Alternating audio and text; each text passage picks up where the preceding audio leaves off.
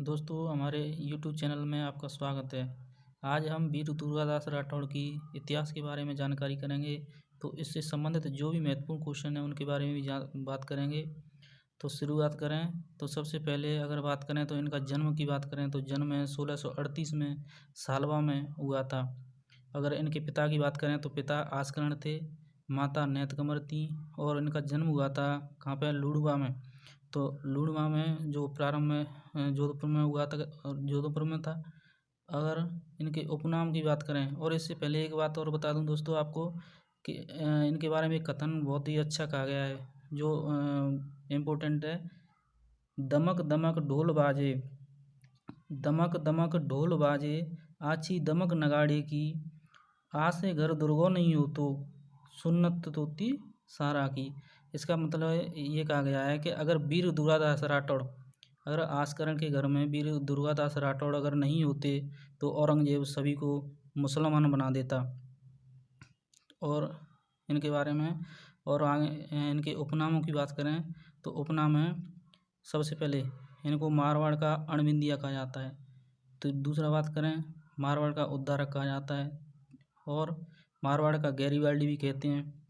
फिर है मारवाड़ का रक्षक भी कहते हैं, क्योंकि ये रक्षा करने वाले थे इसलिए मारवाड़ का रक्षक कहा जाता है। मारवाड़ का यूलिसेज या राठौड़ों का यूलिसेज भी कहा जाता है इन्हें। फिर अगर आगे बात करें वीर दुर्गादास राठौड़, तो यहाँ के शासक थे मारवाड़ के जसवंत सिंह फर्स्ट। तो जसवंत सिंह फर्स्ट के पुत्र थे अजीत सिंह, जिन्हें कान का कच्चा राजा भी कहा जाता है। अगर और वीर दुर्गादास राठौड़ हैं जो अजीत सिंह की रक्षा में रहे थे, और इन्होंने अजीत सिंह को बचाने के लिए, अर्थात ऐसा कहा जाए कि शासन पर बिठाने के लिए इन्होंने 30 साल तक अजीत सिंह के लिए युद्ध किया था, अर्थात रक्षा में रहे थे। फिर बाद में काम निकल गया था, उसके बाद में वीर दुर्गादास राठौड़ को अजीत सिंह ने देश निकाला दे दिया था। तब ऐसा कहा जाता है कि जब वीर दुर्गादास राठौड़ हैं यहाँ से जाकर मेवाड़ में चले गए थे, तब मेवाड़ में जाकर एक उनका वो क्या कहते हैं उसको, शासक था अमर सिंह सेकंड। तो अमर सिंह सेकंड ने वहाँ पे मेवाड़ में जाकर जागीर दी थी, कौन सी, रामपुरा और विजयपुरा, और दोनों जागीरों को देकर वहाँ का जागीरदार बनाया।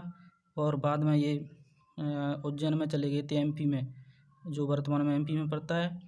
और वहाँ पर 1718 में उनकी मृत्यु हो गई थी। इसीलिए वहाँ पर जब मृत्यु हो गई तो उनकी छतरी भी वहीं पे बनी हुई है। लेकिन छतरी कहाँ पे बनी हुई है, क्षिप्रा नदी के किनारे बनी हुई है। और जो क्षिप्रा नदी कहाँ पे है, एमपी में। तो दोस्तों वीर दुर्गादास राठौड़ से संबंधित जो भी प्रश्न अच्छे थे वो सब बता दिए हैं, और इनसे भी और कोई अगर एक्स्ट्रा हो तो मैं कमेंट में ज़रूर लिखना। और अगर अच्छा लगे तो मैं like, subscribe and bell icon दबाएँ। थैंक यू दोस्तों।